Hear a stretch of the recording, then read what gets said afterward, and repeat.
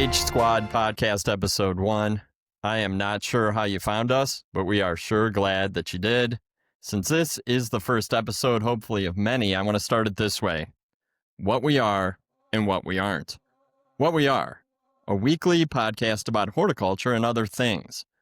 We are three friends who've been in the industry a long time and always have a lot of ideas to share. Some of them are really good. Some of them are terrible. And there are a few in between. We are fun and respectful for the most part. We are deeply committed to the horticulture industry. What we're not. We are not scripted, although I am definitely reading this from a list right now. We are not motivated by an agenda other than kicking around ideas and hanging out once a week. We are not speaking on behalf of the companies we work for.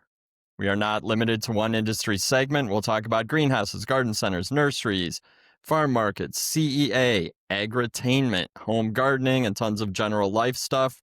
We will not talk about politics.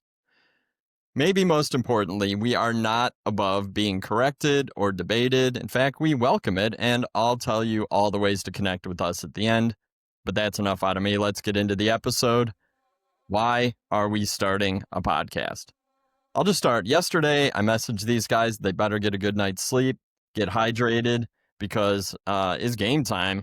And Seth immediately replied that no matter how it goes, he's just happy that three besties get to spend an hour together talking about industry stuff.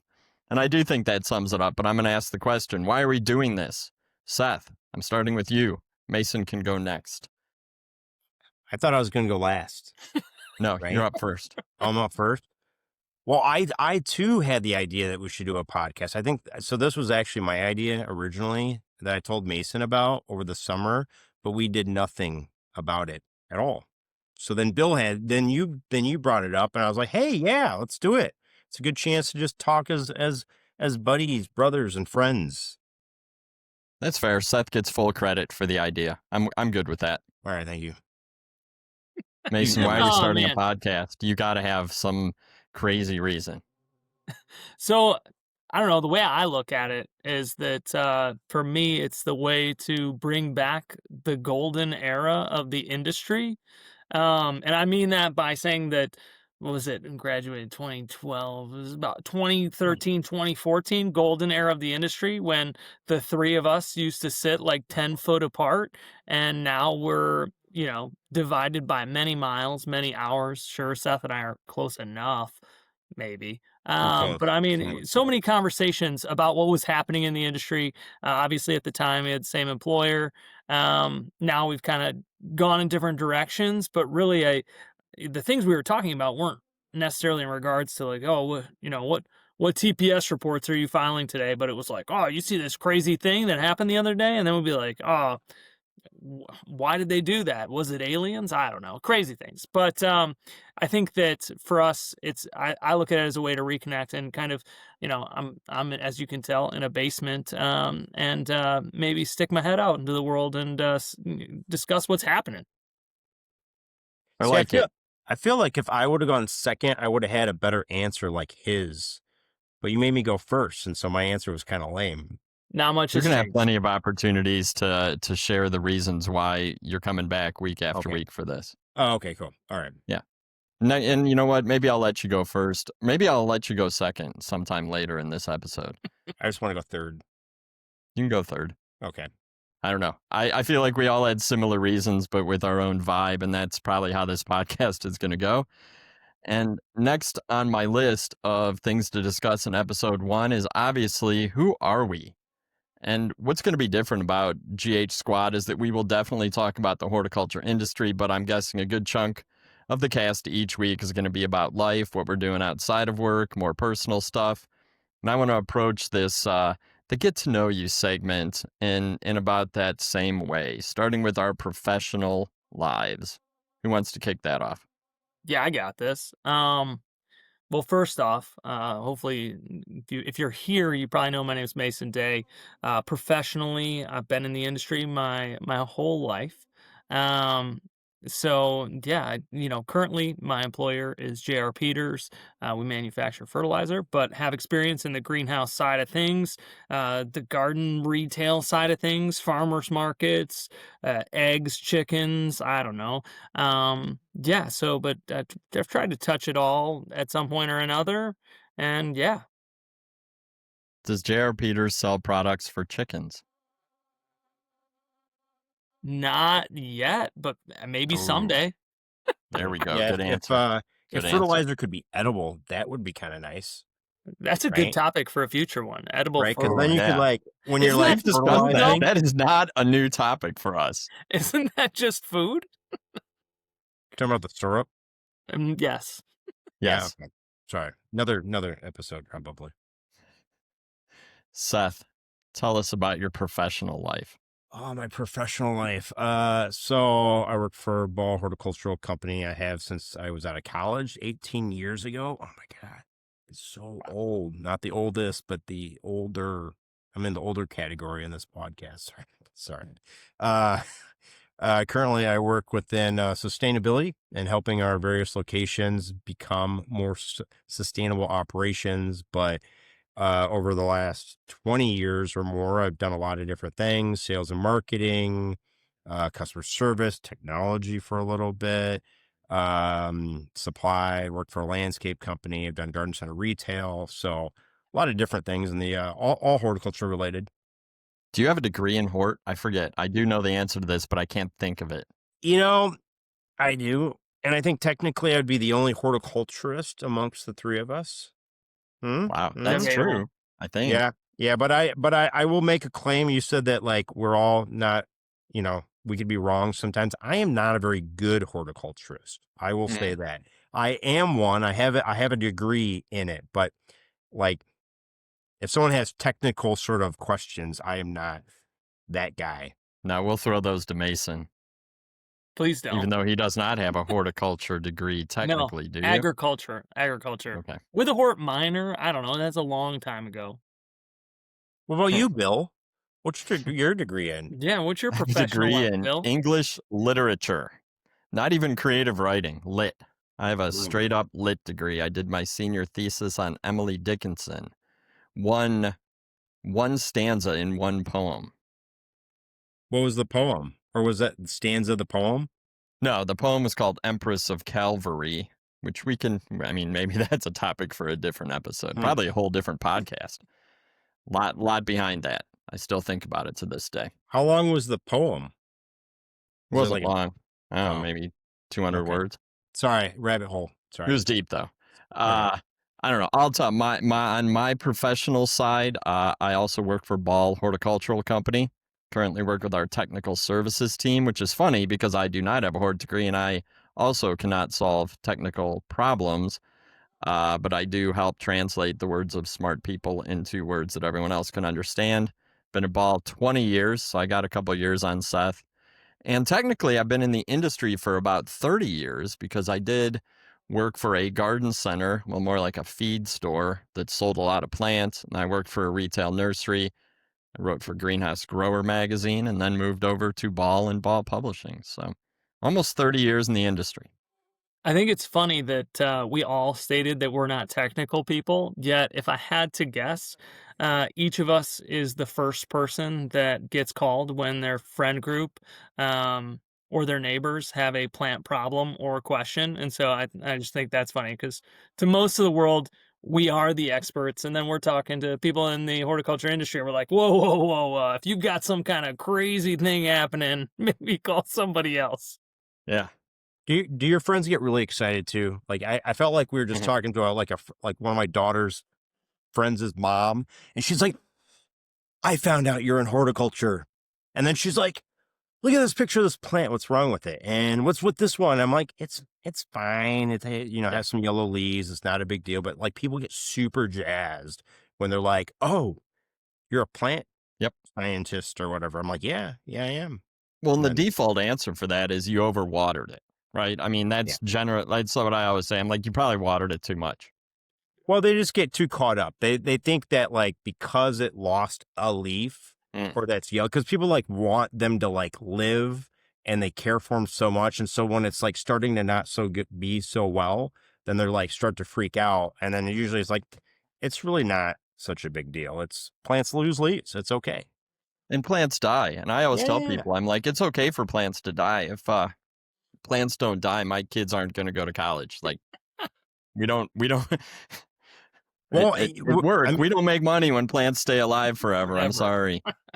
yeah, I always point to one of my kids. I was like, the only way they can eat is when people buy plants. Yep. So if you don't contribute to buying plants, then that kid's going to starve, or they're going to be at your house all the time eating your food. So you should buy more plants. Well, you know what? This is a really good segue into our personal lives. And I do think we owe it to the listeners to talk a little bit about who we are. Like, I think work's important, but probably not at the top of the list when it comes to how we're defined. So let's get into who we are as people. And I'm going to start because I'm the oldest, and I get that. I don't know. On my social media profiles, I always have husband, father, athlete, collector of things and stories, which really does kind of sum it up. Am married to a woman named Jenny, who is a algebra teacher, which is good because I can barely even add. I have 2 daughters that are teenagers. They're in high school. I have a senior and a sophomore. They are lovely most of the time. I was actually just dealing with some driving issues recently, which we were discussing before we hit record. I will not bore the listeners with those details. Let's just say cars are plastic these days and they break easily. I'm kind of an endurance junkie. I do triathlons and sub-ultra and ultra running events. I'm sure that'll come up. I don't know. My kids are old enough that I can have hobbies now, which is very different than the other 2 gentlemen that I am talking to. And yeah, I don't know. I'm pretty active in our church, do other stuff. I don't do well with free time, so I try to keep the hours filled. Who wants to go next? You have to take Seth, it. you're Next second oldest. Go by oldest. age. Yeah. Yeah, next Yeah. oldest. Okay. Yeah. All right. So, see, I would be, dad, husband, professional, stay busybody sort of person. Not really endurance. No, I married to Elizabeth, my wife. She's been stay-at-home mom for the last 14 years, but now she's working at the library now. Oh, We get really jazzed about that. So that's a new thing. I have a 15-year-old daughter who just turned 15 like Wednesday, which is like Crazy. such bull. Like I'm getting old. 15. So but that's fun. And then I have a 9-year-old son. He's in 3rd grade, 4th grade. Yeah. So 9-year-old son, I'm just nervous being on camera. I'm not used to this, I guess. So anyways, and then I spend most of my time hanging out with the kids. They're just like, to Bill's point, they're just starting to get old enough where they do not care about us at all. So Yep. like the daughter, as long as we like drive her somewhere or bring one of her friends over, that's it. Our son's playing like Roblox or one of his buddies. So I will say I've had more kind of time to myself this like summer and fall than I've ever had before, which is kind of like new. And I'm like, I don't know if I feel guilty about not like always doing stuff with them, or should I feel like rejoice? I'm not quite sure. So I usually just get lost in the yard. That's my like hobby. There you go. Mason, you're at a completely different life stage. yeah. Yeah. I don't really know what a hobby is at this point. I've forgotten it. No, there's a few things that I try to add in.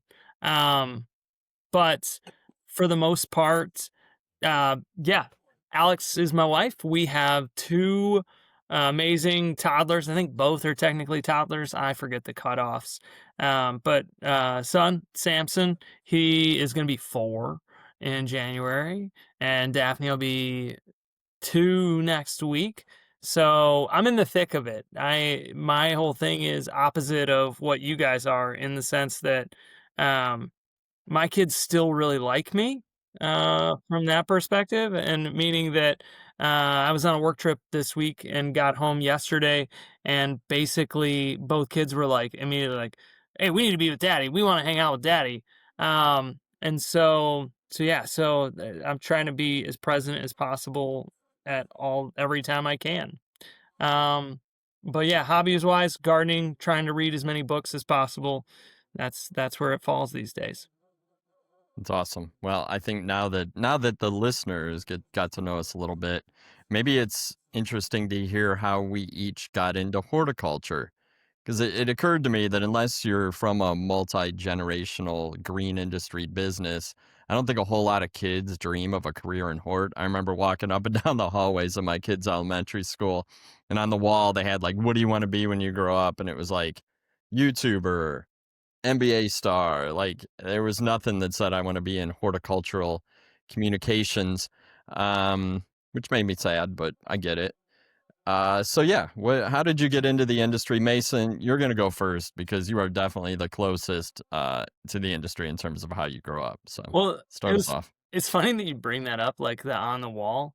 We went to a pumpkin patch this fall, and one of the thing was like it was like wanted, and they gave it was like one of those things where the kids stick their heads through. And it was Yeah. like wanted Robin Banks. And I was jokingly, I told my wife that I got in trouble in 5th grade because we had to make baseball cards for yourself, and it was like, "What's your occupation?" And I wrote bank robber, and then it Oh. hung up in the school. And my mom came in and was like, you can't say that. You can't say that you're like, yeah, I want to be a bank robber." And I was like, I don't know, at that point, I think girls were just becoming of interest. So I was like, well, I just want to be, the bad boy. Heck Um, yeah. but no, my path in the industry, I, I probably have the most life experience out of the three of us, I would say, just because I grew up on a greenhouse operation. My family's been in the industry as long as I've been in the industry, obviously. And so, as most kids at some point that grow up in the industry go, they say, this is hard. I never want to do this. I'm not gonna do this whole show. Um, and so went to school and was gonna be something else, but I wrote my college essay on growing up on a farm greenhouse and applied as an agricultural student because I thought it'd be easier to get into. Um, and sure enough, I got into the program and was like, yeah, agriculture's cool. Um, but I was really focused on more of the horticultural crops side of it, not so much the corn and soybeans. And they were like, you fit here anyway. Don't change majors. But fell in love with the industry again on my own once I was out of the house. And yeah, and I've never left. Got a job right out of school and have been trucking right along. So I would say that I was born into it, but kind of fell back into it, is what I'll Mm, say. that's cool. I don't think that's an uncommon story in our industry. No, I No, mean, like, but it's so funny because I think regardless of uh the business or the people, so it's got to be like a high school teenage thing for me. I don't want to do what my parents did. I don't want to do that. They don't know anything. And then you're like, oh yeah, they kind of figured it out. Hmm. Or you try to follow in the footsteps of a parent and realize that it's absolutely not your passion. I Yeah. tried that. Didn't mm. work. No, what did you try? Economics. My dad's is a retired CFO. What, you didn't like economics? That I sounds like can't super add. He I boring. can said he barely can't do add two math. numbers together. They don't. Oh, It Generally was a they don't. terrible attempt. It was a horrible collegiate attempt at a major. so is that Generally, what? So is that? they don't like it when people in the economics department can't take the numbers and Can't do make math, sense. right? Hence why So I have an English degree. Yeah. so No, was it like? Was I it had a actual? counselor at the time. He was like, "Well, what do you like to do? Like, what are you good at?" I'm like, "Reading and writing." He goes, "Okay, because now you can get a degree that kind of covers that." I was like, "Really?" I don't Mm. know. It's interesting. How did you get into the industry, Seth? How did you pick horticulture? So it's like Kind of interesting. two-parter. One is, because you hear a lot of people like just like gravitating toward plants. Is I remember sometime when I was a kid, prior to like 7th grade, we always had like the typical probably like 70s, 80s house plants in our house, right? Like a Chinese evergreen, pothos, and Dieffenbachia, and like a snake plant, right? And so at some point, my dad taught me that you could take cuttings off the pothos plants and put it in water, and it would grow roots. Yeah. And there was something about that concept that I just thought was really interesting. So then I started taking all these cuttings, and I'd like all the way around my room, I'd have like spaghetti sauce jars filled with like pothos plants and water and roots. So that I feel like that kind of got me hooked strangely. And then it gets a little more weird is yeah, so like I think Mason's heard the story, but like in so trying to think, 8th-ish grade, there was a really cool movie that came out that just happened to not be liked by anyone. Waterworld with Kevin Oh Costner. my God. I saw that at a drive-in. Was that not a You were good one of movie? 5 people that No. saw that movie. No, you don't like it? No, it was like, it wasn't the feature film. It was like the one you watch first Yeah. Oh, while you're well, parking.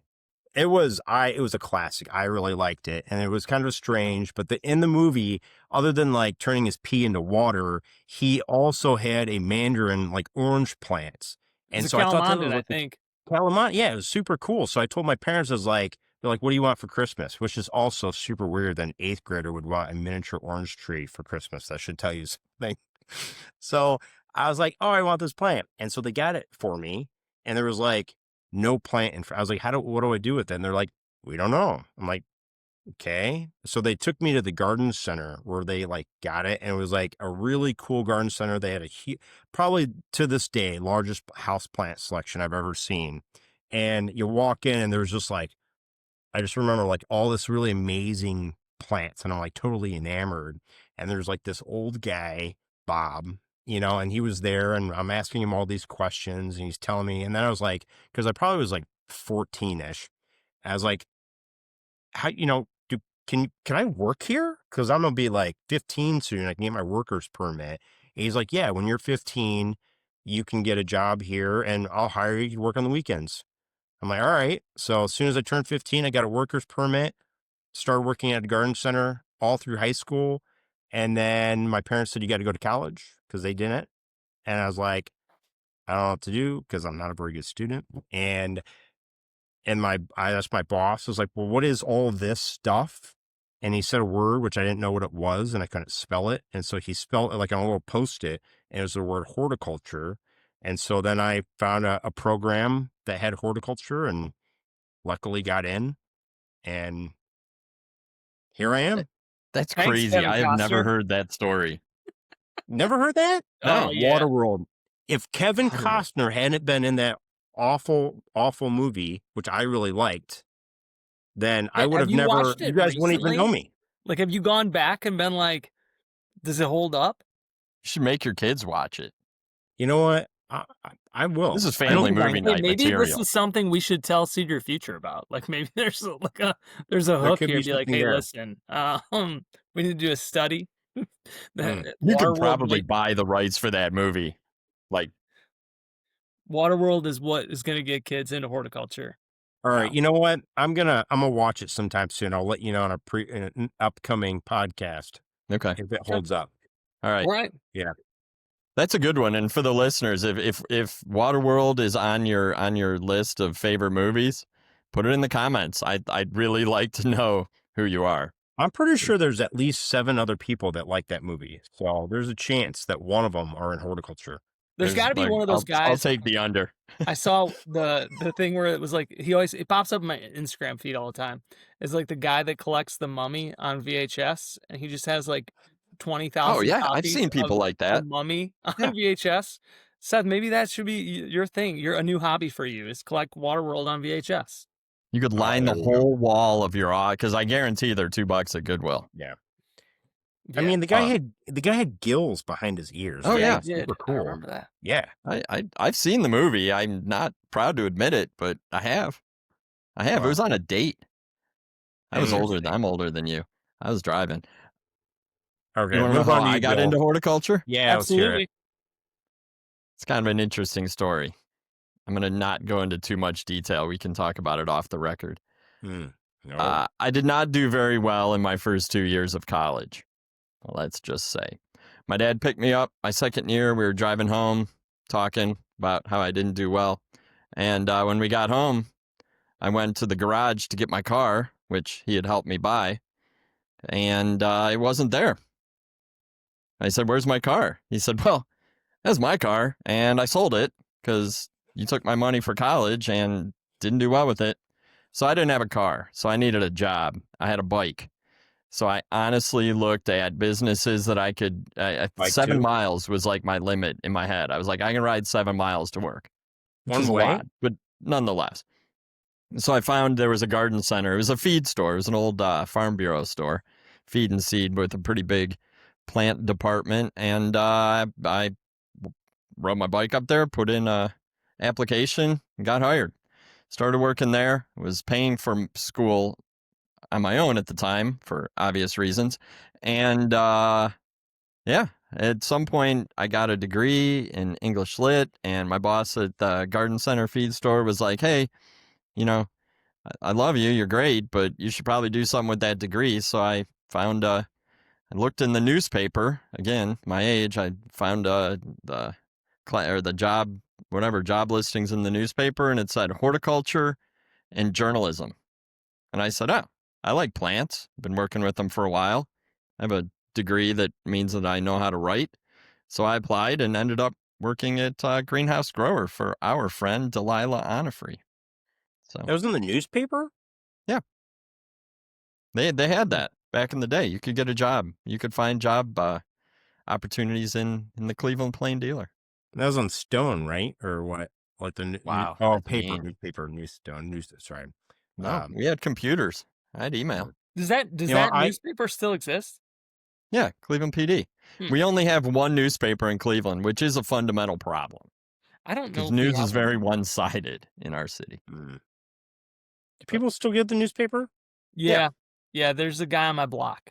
He gets the Mm. newspaper. And I know because if I go, like, if I was, like, going on a walk early in the morning, like, I, like, trip on it sometimes. Mm. But you know what Yep. they've gotten significantly worse? Maybe tying in the number of newspapers and how much is delivered. Like, the kids throwing the newspaper, significantly worse. Like, this Well, newspaper it's is not. all over the place. It's not Yeah, a you kid used to have to anymore. get it on the porch. This newspaper It's like sometimes isn't out of the street. just dangle it out the window of a Ford Fiesta or something. Well, you think about it. What, they got like 10 newspapers to deliver now, and they can't like walk it up the steps. He doesn't got to be rifling them out the windows.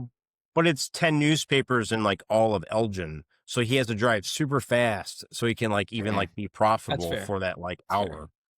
All right, if anybody listening currently delivers newspapers or ever had a newspaper route, feel free to weigh in the comments. You had a newspaper route. That doesn't did. surprise me. I No, did. Yeah, not at I all. was like 12 or 11, something like that. Yeah, I made $3.50 per day of delivering newspapers. You kind of remind me. There was like a Disney movie when I was a kid. This might be Newsies? too new for you guys. Newsies, I think. No, That's right? I No? know what Newsies is, but that's like Oh. that's like a musical in the past. Oh. Christian Bale is in that movie, by the way. Yeah. Is that where you? I thought that's where you're going. I reminded you of Sadly, Christian no. Bale There singing was- and dancing, delivering newspapers. I mean, No? I do know that'll come up later that you're a thespian, but Another podcast. no, you remind me of the kid. There was another movie called, I think it was called The Paperboy, and like, yeah, he used to get attacked by geese in like this old guy's yard. Yeah, There was a rapper called Paperboy, wasn't there? Paperboy. Yeah. Mm. I'll put a link in the show notes. No, that's good. It's kind of interesting because I feel like people would come into the industry in all sorts of different ways. And now I learned something about you two guys something about Seth that I didn't know. And I'm off to watch Waterworld as soon as we wrap this up.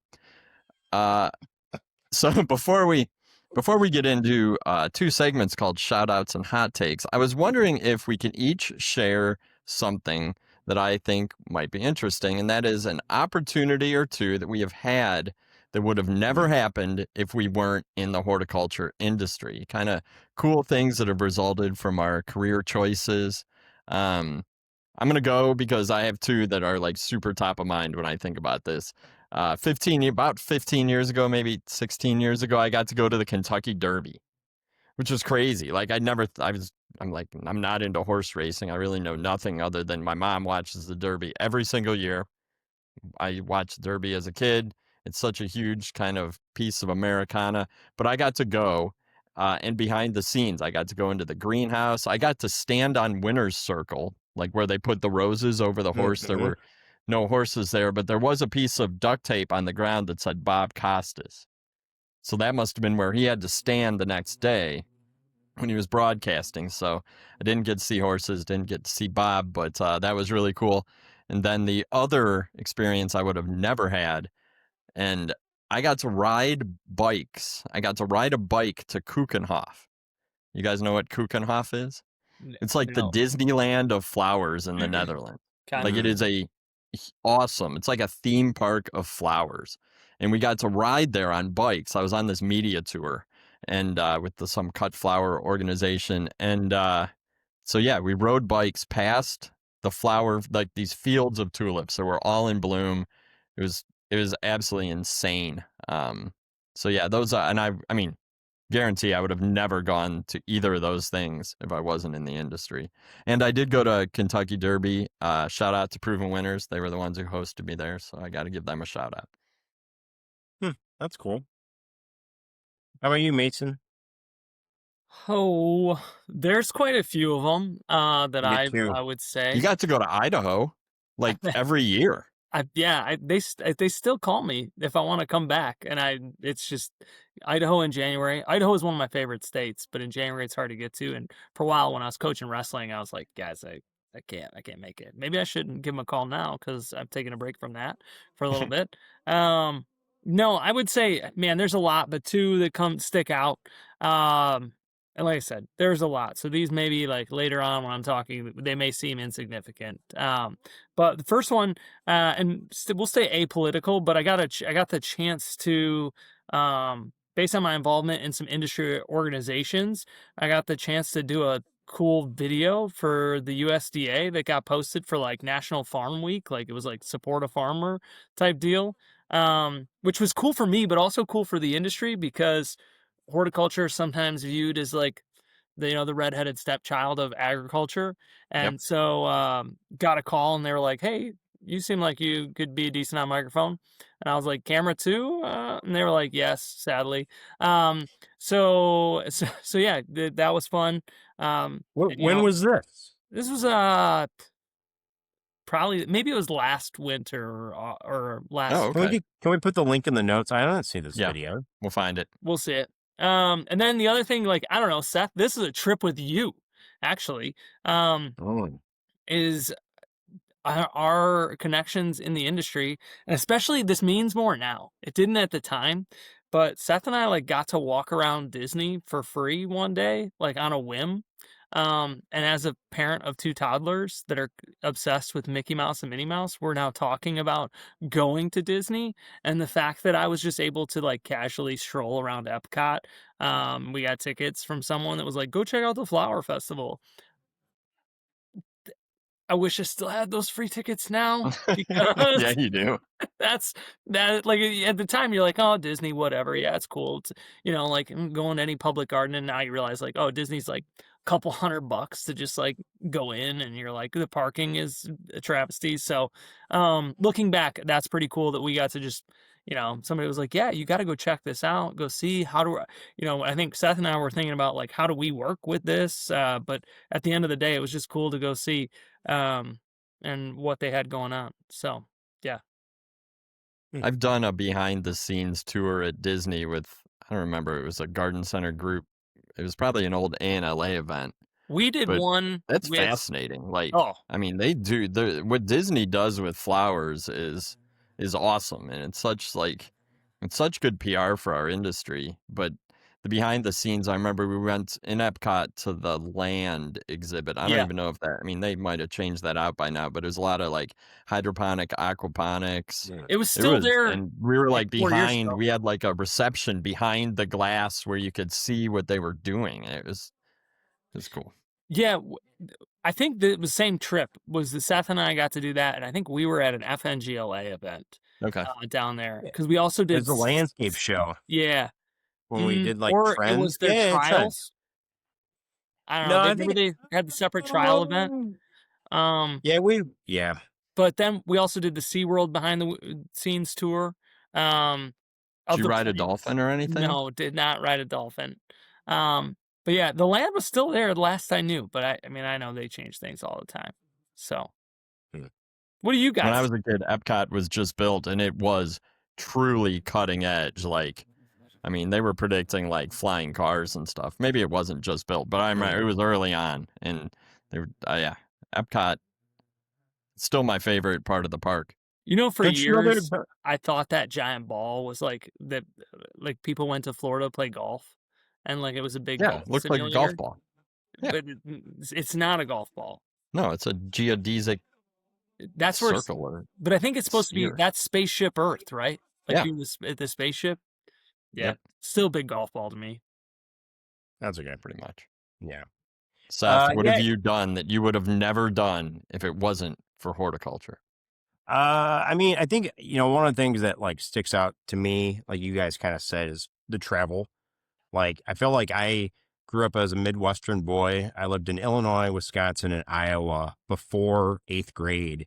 And I just like it. They're all flat. They're all pretty similar. And so when since working at Ball, I think I've visited over 35 states, 6 provinces, and a couple of countries. And I'd say like a lot of times, like I've been places, I'm like, how did I end up here? And I've been to Yeah. like, so, I mean, I'm sure it'll come out and like, we all have like a bunch of different stories when it comes to travel, good and interesting. And, but I just think that like, what a cool industry that we're able to go to all these places and be like, I couldn't ever imagined as a college student or a high school kid that I would be in this really awesome place wherever it was. So that's really cool. And I think I just think as an industry, there's just like lots of really just cool stuff you can do. Like I mean, I'm in sustainability, but I've done technology, I've done like sales and marketing, I've done a lot of public speaking, like who knows, like, Yeah. horticulture, but then like, me and Mason used to do a lot of public speaking together. I had a landscape company for a bit, like I just feel like I've done it like a bunch of stuff that like often like, God, I'm really lucky like that. Like this is my job, and it's a lot better than like stuffy. I don't know. We all have our neighbors that like they don't even like their jobs. Yep. Like how often do you talk to someone on a Friday when you're having a tea or lemonade or something else, and someone's like, "Oh, thank God, it's Friday." Yeah. And then like me, I'm like, "Oh man, like I still have stuff that I wanted to get done." It's just like I feel like our experiences are just so much more whatever, than other people's types of careers. Yep. No, I agree. I think the opportunities are crazy. And how many different states have you been to for Me? work? Yeah, like Over 35. 35. Yeah. I've never been to Idaho, which is kind of bull, but I've been to a Great lot. state, If you're listening from Idaho and you need big a fan. speaker about sustainability, Oh, yeah. See, call there we go. Seth. We can mark it off the list. Yeah, Yeah. there you go. Never been to Honestly, the Dakotas I either. know that they told me to stop saying this because they have a problem where they have a lot of people moving there. Mm. But Mm-hmm. Boise is my Mm. favorite city in America. Like if you're gonna go to a city, like it's great because you can like be in Boise and then you can be in the middle of nowhere within like 15 minutes. Yep. So yeah, I've never been to Boise. We drove through the corner of Iowa or Idaho a couple years ago on family vacation. In fact, I went out of my way about an hour just to catch the corner of Idaho and stop at a gas station and get some coffee so I could say I'd been to that state Was because it that like was the one of the top? few. Was it the top of Idaho, like the top finger part? Yeah. Yeah. So, Mhm. well, no, that's cool. And yeah, we'll definitely get into more travel stories as we go, for sure. But now I think it's time for shout outs and hot takes, which I think we should try to do every episode if we have good ones. If we don't, we won't do it. But shout outs are to recognize something cool that we heard or saw in the past week. And then hot takes are just, they sound like debatable or controversial ideas. Mm. What I really would like to do is have is invite the listeners to weigh in on some of our hot takes. Are we off base? Are we identifying something that's worth worth discussion? But why don't we start with shout outs? Does anyone have one? Anything interesting you've heard about this week or that's worth recognition? I'll say this, shout out to Ken Fisher. We got that note. I mean, if you're in the industry, you got a notification that said Ken was going to be stepping aside in May. So we got a while, but I think that Ken's brought a ton of things to the industry. And no, I had the opportunity to do the HRI Leadership Academy last year, and Ken's a big part of that. And I didn't know him too much personally before then, got to know him a little bit better. And I think I hope that whatever his next opportunity is, I hope it's within the industry because I think there's still a lot that he has left to offer. But shout out to him. I remember when Ken was hired, and there were a lot of people really excited about the vision that he was going to bring to American Hort, and um, just from my interactions with the association and folks in the industry, he's really did bring that kind of leadership that we needed from a big picture sort of industry association perspective.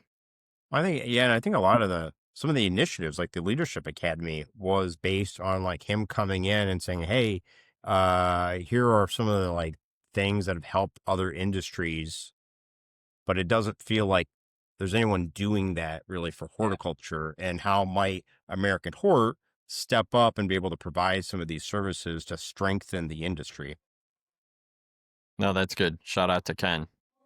We'll miss you unless you stay in the industry, and if so, we're excited to keep you. I'm going to give a shout out to companies that are kind of rooted in our industry, but work with other green industry businesses versus companies that come in from the outside and try to morph existing products to fit the needs of green industry businesses. I actually talked to 3 this week. Oh, I won't go into details, but I just think it's neat to hear about solutions. In this case, they were all technology, which was interesting. And they were kind of born from these companies understanding the needs, the unique needs that greenhouses and garden centers have. And they either invested on their own side to figure it out for their greenhouse and then are happy to share it with others, or one of the people I talked to had a parent that was in the industry and went off to college, learned a lot about I guess learning, like models for learning in higher education, and is bringing that back to the industry in terms of training for garden centers. I just think it's really neat that when people within the industry develop solutions for the industry, because it tends to fit a lot better than when folks come in from the outside. Not that there aren't good examples of that as well, but I don't know, that's my shout out. Felt good wait, this week to hear from people in the industry doing things for the industry. wait, but what are you going to shout out what they are? Well, Let's one keep. is Did I miss that part? I Like, wasn't gonna call out names, but I oh, you're can. not. So it's just like, Why not? One was Plant Buy, which is operating system for fundraiser business. oh yeah. So Mm. um, talked to Tom Van Wingerden at Van Wingerden Greenhouses up in Washington, and their fundraiser business has grown dramatically and using fewer people on the organizational side, but done a lot of good for the partner organizations that they work with, whether that's like Boy Scouts or churches or Mm. sports teams, but making that process easier. And at the end of the day, it's all about getting plants into more people's hands. And what in his like big picture kind of like vision is to have a network of greenhouses across the U.S. that fulfill these fundraisers and do it in a really easy way. The other one Wait, was wait, wait, hold the on. other one was just training systems for garden centers, and the third was AI tools for engagement and marketing and financial, Mm. strategies, things like that. What sort of training for garden centers? Like modules for onboarding new staff Mm, and gamifying their movement up through the company hmm, by that's cool. earning badges, stuff like that. Yeah. Yeah, I saw. I don't know what the company was, but I saw something. It could be the same, something like that at a show this fall, and I was like, "Oh, Oh, okay, got it. And it was, like, built into some of, um, the garden centers, like, I would call it, like, an intranet as far as I Mm, know it, but, Mm, um, pretty cool. yeah, this is more like taking an employee handbook to the whole nother Yeah, level. Like, this is the values and culture of our company.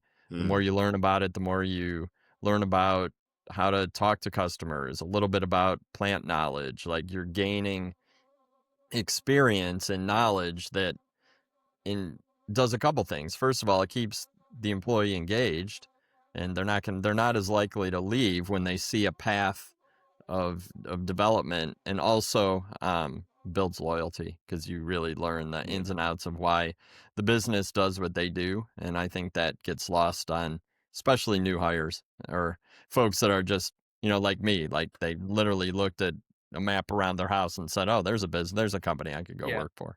yeah, Well, and I think too is like the challenge with, in horticulture, it's a lot of small businesses Hmm. and you're just jamming in as much as you can in the summer and spring. And, you don't always take the time to really like pull people in and guide them and share with them Yeah. because you're just trying to get as much crap done as possible. Hmm. And, and then people don't stick because they're like, I don't know what I'm supposed to do. I don't know Yep. why I'm doing this. I don't know why I'm supposed to care. Yep. Well, my youngest daughter, who's 15, so she'll get her first job here soon. She really wants to work at Petiti's Garden Center, which is like right up the road from us. Great Yeah. garden center, great family. And I've obviously encouraged her, like that would be a really cool job. She wants to work in the indoor plants, kind of flower shop. And but I could see her loving something like this where she could log in, she can level up or earn this next badge. She gets a little bit of a raise, which is a good incentive, and then continues to see a path of learning and becoming more and more, I guess, taking ownership of her job. And as a 15-year-old, she is so tuned into that like gamification of earning badges and stuff like that. To me, that's like, oh, that's kind of weird.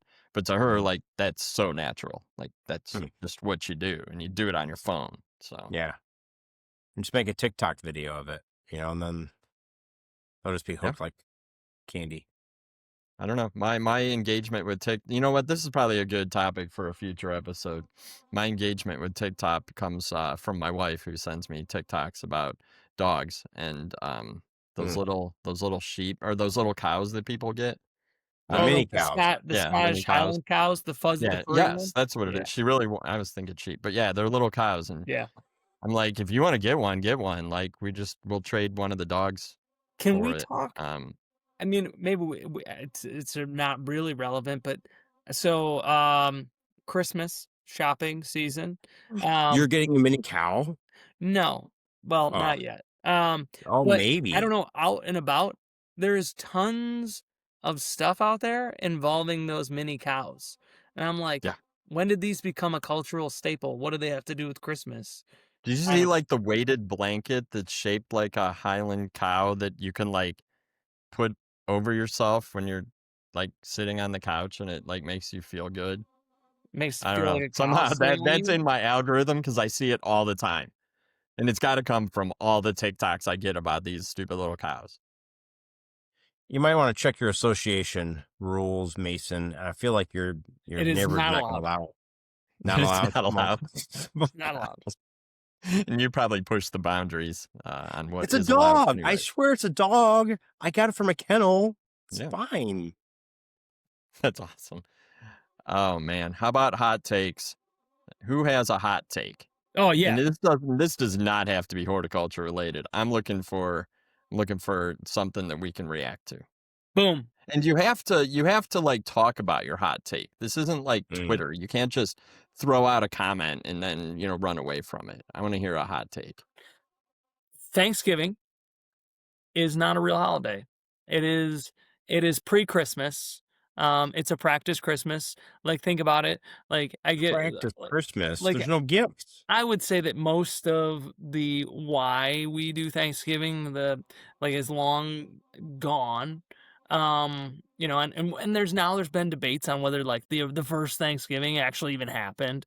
Okay, I Um, get Right. that. What? I get so that. so it's like, but you think about it, like everybody's really it's like a dry run for Thanksgiving. Like they're like, all right, we're gonna Mm. cook the food. We're not gonna do the gifts or the tree, so we'll take that chaos out of it. But we'll get together and we'll try to make it happen. And then we'll rehash on. We'll go buy everything that we didn't have for that Thanksgiving for the pre-Christmas on Friday at Black Friday. And so I yeah, could not be more opposed to this. Like, but I I mean, and then literally that's where cannot be like more my house opposed. first immediate the first Christmas movie was watched on November 1st, the day after Halloween, and Christmas season starts the day after Halloween. And No. Thanksgiving is like Christmas halftime. Christmas halftime. I don't know. Thanksgiving is my favorite holiday. Maybe that's a hot take. Thanksgiving is about family. It's about being grateful. These are things that do not go out of style. You do not use them to practice Yeah, like for another holiday. I personally am driving 7 hours to spend time with a part of my family that I only see at Thanksgiving. So maybe it is more meaningful to me. The food's better than Christmas. Turkey's better than ham, But you can have a 100%. turkey on Thanksgiving, or sorry, on Christmas. We have ham. Sorry.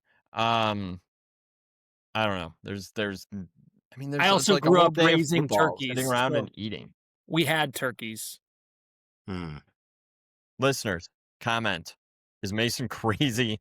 Like I yeah. think he is, because Like Thanksgiving's an amazing maybe we holiday. need a good Thanksgiving plant, right? Like that's the thing. Like we have mums that are kind of fall, Halloween. Yeah, I guess that's it. they You have go mums. into What about cut Thanksgiving, mums? or flower and kale could be a Thanksgiving plant. I think Hmm. dried arrangements are good for Thanksgiving. Who's drying all the arrangements? Just get Florist. fresh flowers. I guess.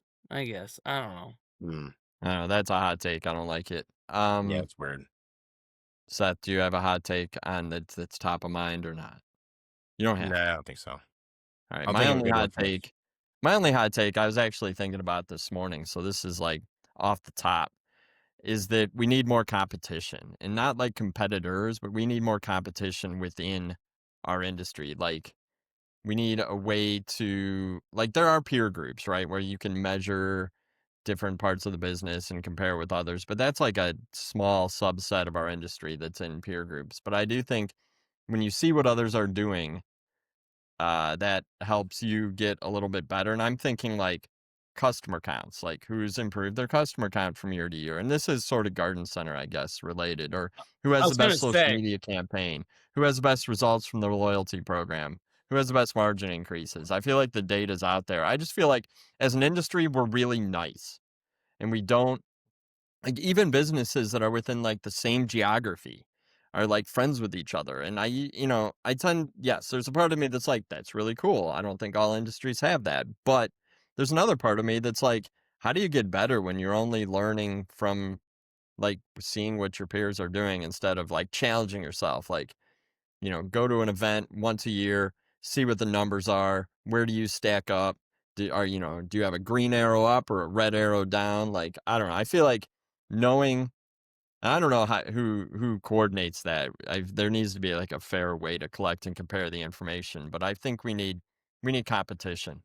well, that's where I was gonna say, what is it called? Like it's the Grammys and the Oscars, the Think of SAG like a Awards. championship belt. Well, yeah, Yeah, but like what's the awards called?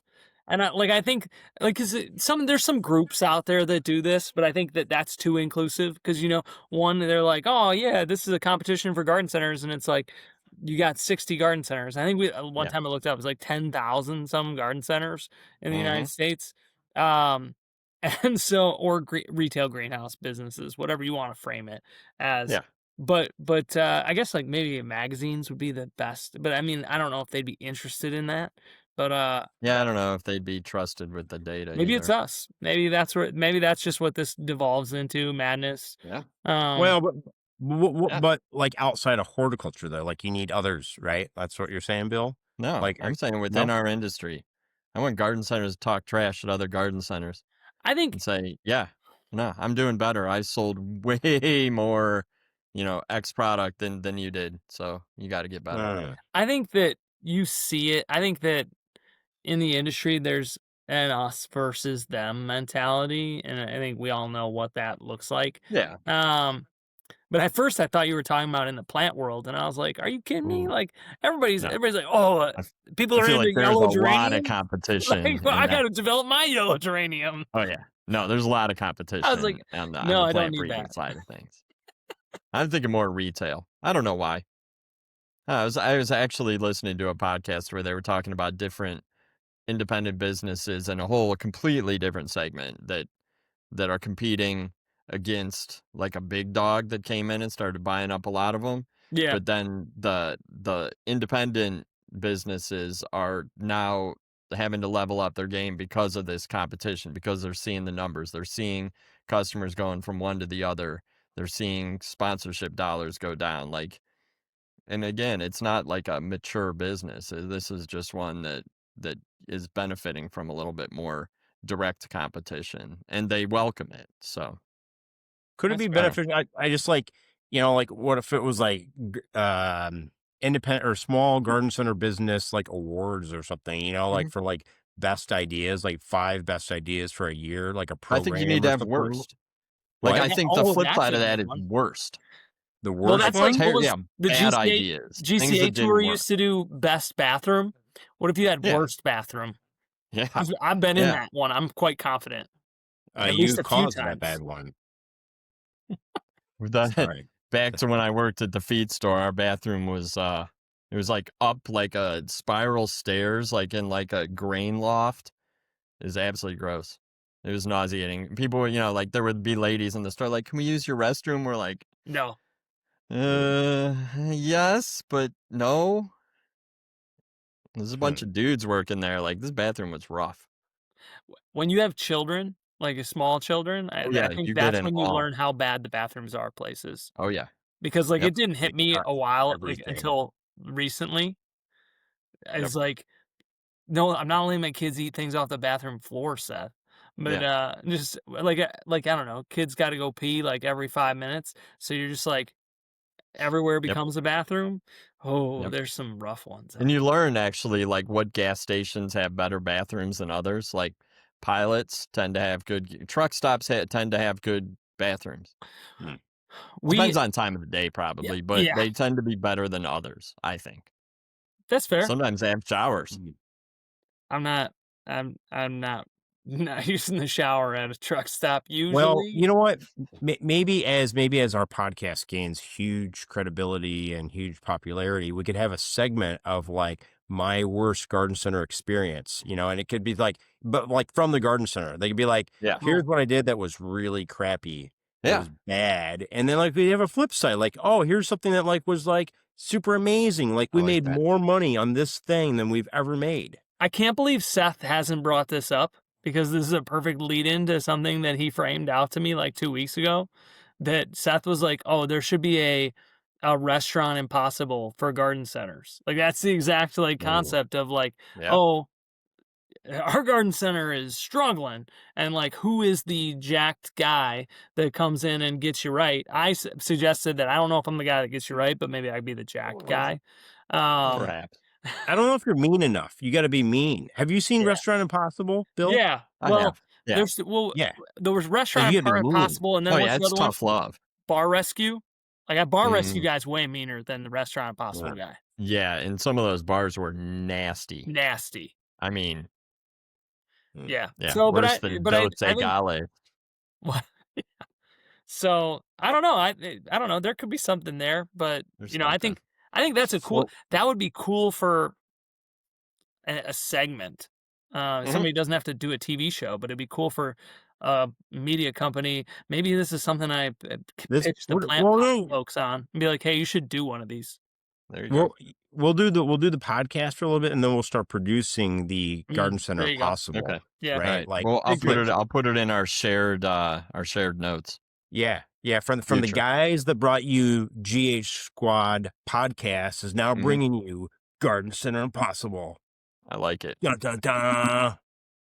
Sounds good. When he gets past the age of needing to be around all the time and he's got a lot of free time, we'll get They on tell that. me that's not going to happen. Like, just that's a myth. So I'm glad to hear there's No, a it lot of happens. myth.